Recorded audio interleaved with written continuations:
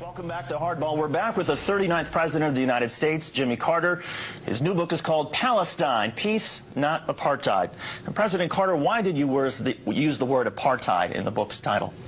Well, let's look at the entire title, if you don't mind. The first word is Palestine, which involves the land that belongs to the Palestinians, not the Israelis.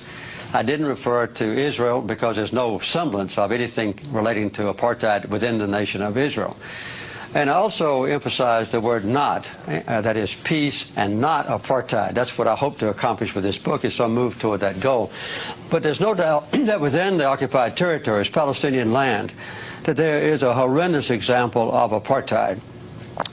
The occupation of Palestinian land, the confiscation of that land that doesn't belong to Israel, the building of settlements on it, the colonization of that land, and then the connection of those isolated but multiple settlements, more than 200 of them, with each other by highways on which Palestinians can't travel, and quite often where Palestinians cannot even cross.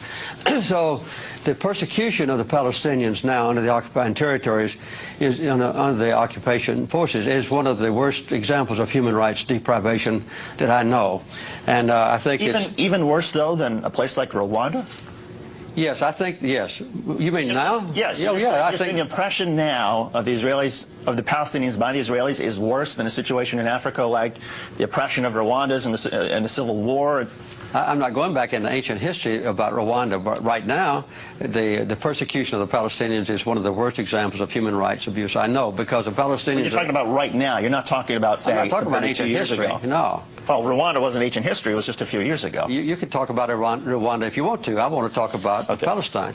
What is being done to the Palestinians now is horrendous in their own territory by the occupying powers, which is Israel. They've taken away all the basic human rights of the Palestinians, as was done in South Africa against the blacks. And I make it very plain in this book that the apartheid is not based on racism, as it was in South Africa, but it's based on the desire of a minority of Israelis to acquire land that belongs to the Palestinians and to retain that land, and then to exclude the Palestinians from their own property and subjugate them so that they can't arouse and demonstrate their disapproval of being robbed of their own property. That's what's happening in the West Bank. And the people in this country, in America, never know about this. They never discuss this. There's no debate about it. There's no criticism of Israel in this country. And in Israel, there is an intense debate about the issues in this book.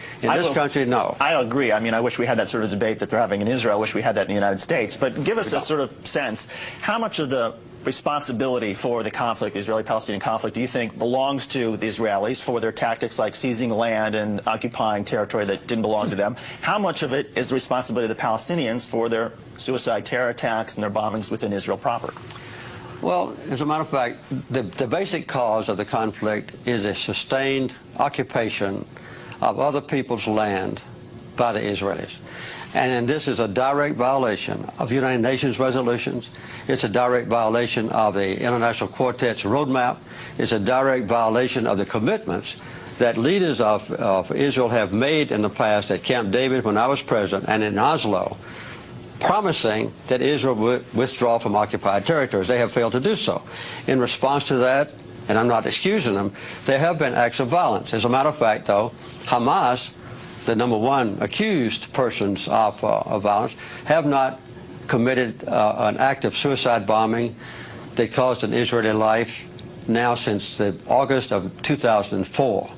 And I hope that they won't do that anymore. Other participants of the Palestinian society, smaller ones, have committed some atrocities. But the loss of life in the entire occupied territories has been horrendous and has been...